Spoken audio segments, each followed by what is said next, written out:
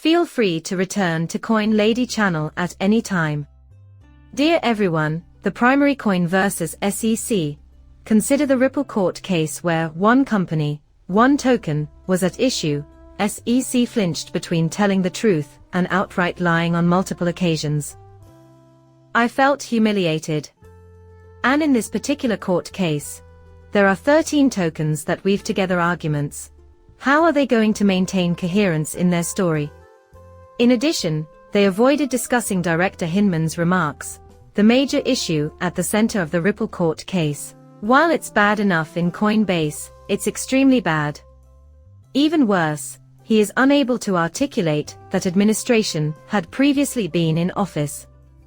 Gary Gensler is on their team. They have Gary Gensler, who told Congress, listen, we don't have the power to regulate crypto exchanges. We require those powers, new legislation is required. And when that fell through, they figured, we're going to cowboy it and make up our own rules. It's a lot like Coinbase's. Star witness will be those recordings of Gary Gensler claiming, we don't have authority, we need you to grant it to us, before eventually changing his mind. For Coinbase, it's equally extremely difficult. Coinbase will have to defend 13 different tokens that they are intimately associated with, arguing that they should not be considered securities. This is in contrast to the Ripple case, where just one token was at issue. Also, the SEC will unearth a plethora of evidence that they might not have been involved with. You know, cryptos has a gorgeous fringe, but nobody cares about it. This is the greatest part overall. Fox News was involved in the Ripple lawsuit, and they do touch on the subject occasionally. However, Coinbase is a publicly listed firm. I also expect that a lot of people will pay close attention to and report on this court case regardless of its outcome. The situation may cause Gary Gensler and SEC immense shame. If I'm being really honest, I doubt he will still be alive when this takes place. Ignore it, it's not your problem. My hope is that they will be sensible and do the right thing. We should not rely on Gary to accomplish it. Should he succeed the next head of the SEC, there should be no major announcement. A partnership between Coinbase and Lightspark enables instant Bitcoin payments. Lots of XRP investors, I know you think, must despise Lightning for some inexplicable reason. Even they deny its efficacy. Attempt it if you like. Please give Lightning a go after downloading Stripe. I cannot stress enough how much I love this program. Everything is all right. This isn't the best solution for every problem, no. No amount of Lightning can ever pay for all of the world's payments. It isn't capable of that. However, it's good.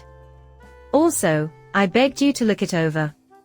If nothing else, at least you can tell the truth from the propaganda. In addition, you will notice that Lightning is really effective. After a year of steep cost increases at Bitcoin's foundation layer, we expect integration on Coinbase to shift more transaction volume away from there.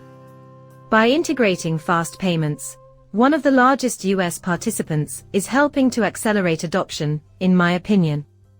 The 108 million customers of Coinbase will soon be able to take advantage of what might be quicker and cheaper Bitcoin transactions, according to CEO Brian Armstrong, who announced the integration of Bitcoin's Layer 2 network. As before, I want to emphasize that it is not flawless, nothing is, but that it is good and will improve. Now, download Stripe and give it a try. Lightning will work on getting you to operate a Bitcoin node here in the future.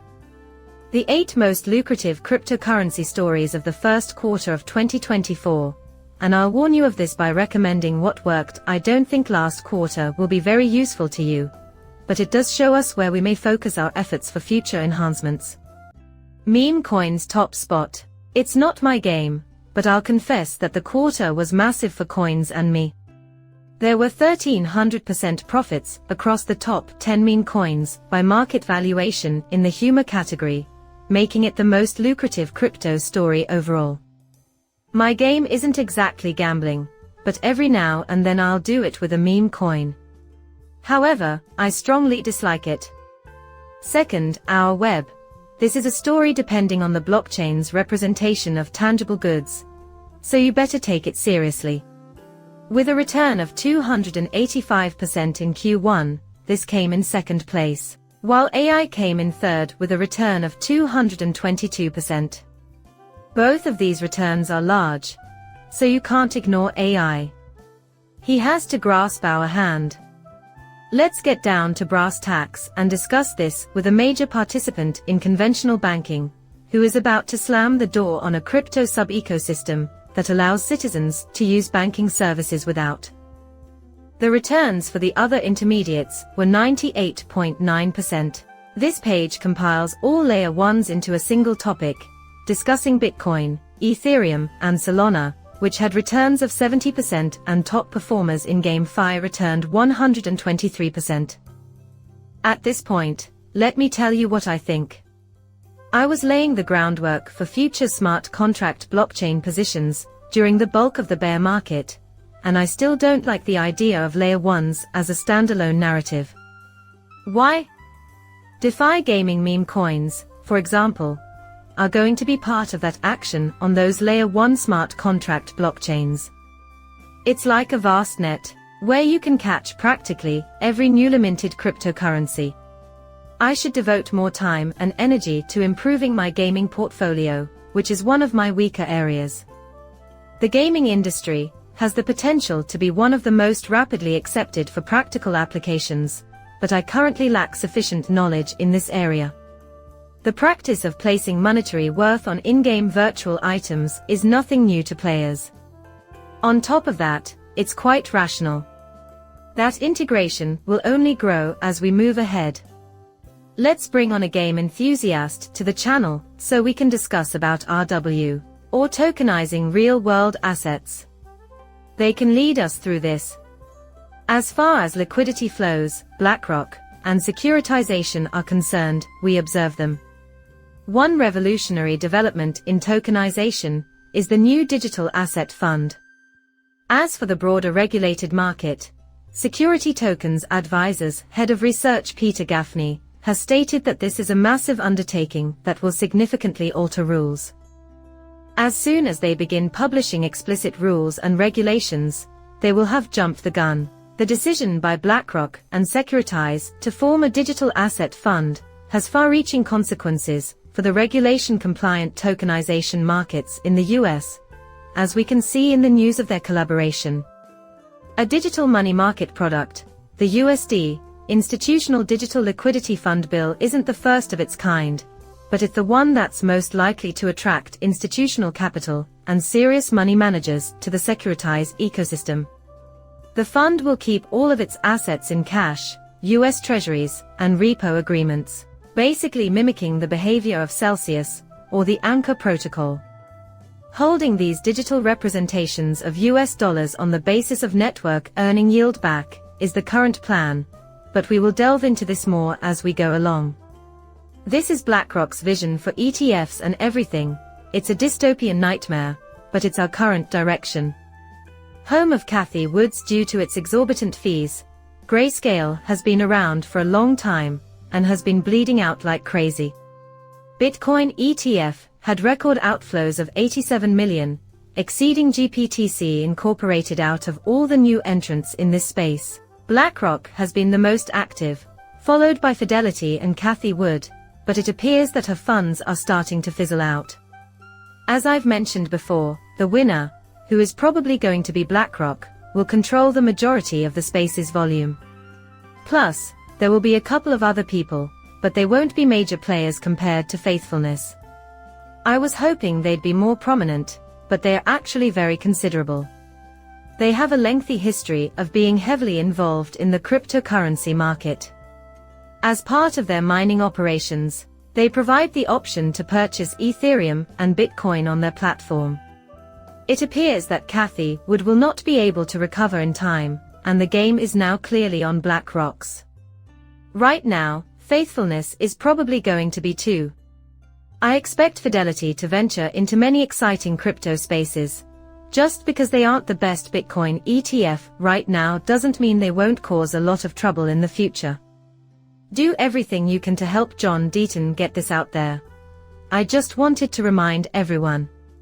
Through my life, I have accomplished what appeared to be impossible to others. This race is going to be won by me, if anyone can. Here's John. Candidates that stand up for cryptocurrency must have our full support, particularly when they face off against the Avilders among us. Elizabeth Warren, put cryptocurrency issues aside. That's not everything. Because she is nefarious and deceitful, Elizabeth Warren ought to be despised. My wish is that John will be the one to provide her a comfortable retirement. If you are able to donate to John, that would be fantastic. Otherwise, if you can only spread the news, that would be great, too. It is imperative that all Massachusetts residents cast their ballots for him.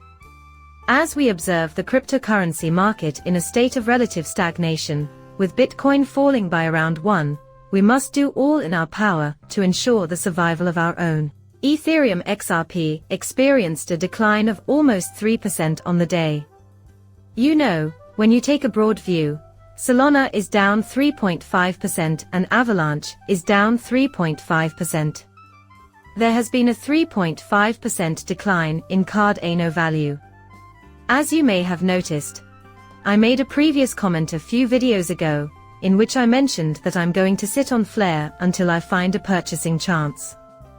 Flare is one currency that's around even on the day, but up over 16% for the week. The main stuff is going down on Thursday, and I hope people don't see it as a no studio called a flare. I hope it keeps going up. They are creating a lot of value. I got lucky and got in at a reasonable price, so I can indulge in flare, get rewards, and stake. The correct thing to do, in my opinion, is to take it easy and keep an eye out for chances. Further reduction in price is not assured in the event that it is not flare, which it very certainly might not be. Furthermore, if there are several significant events, that is okay. I will construct the wine collection in another location. I hope you don't see that as a hint to impending flare price drops. Where does this market go from here? The truth is, I have no idea. Will we experience a slight lull? Concerns about interest rates and the Federal Reserve actually cause individuals to freak out. You can't buy dips unless you have some cash on hand, so be prepared for whatever comes up in the wider financial landscape, whether it's regulatory issues with the SEC or lawsuits filed against the Ethion Foundation. But hey, there are a ton of other awesome value drivers that might just as easily launch this rocket, and I'm not making any predictions, so I'm just going to sit back and let this play out. Priorities like 2017, 18, 19 are more pressing than this. For a while now, I've been trying to justify the purchase of premium cryptocurrency. Also, I'm absolutely cool with this space exploding at any minute. I just know it will. I'm not in a rush to begin hoarding money, but I am prepared to take a chance on whatever comes my way next, be it real estate or equities. Because of the things happening in the world today. No way can you be a wimp. You never know what creepy stuff might pop up next. When I see something that I like, I'm prepared to rock and roll. Relax for the time being, we'll see how things work out. Describe your current activity for me. We've finished filming the video. My channel would be greatly appreciated if you could subscribe and like it. Hope to see you again soon. Farewell.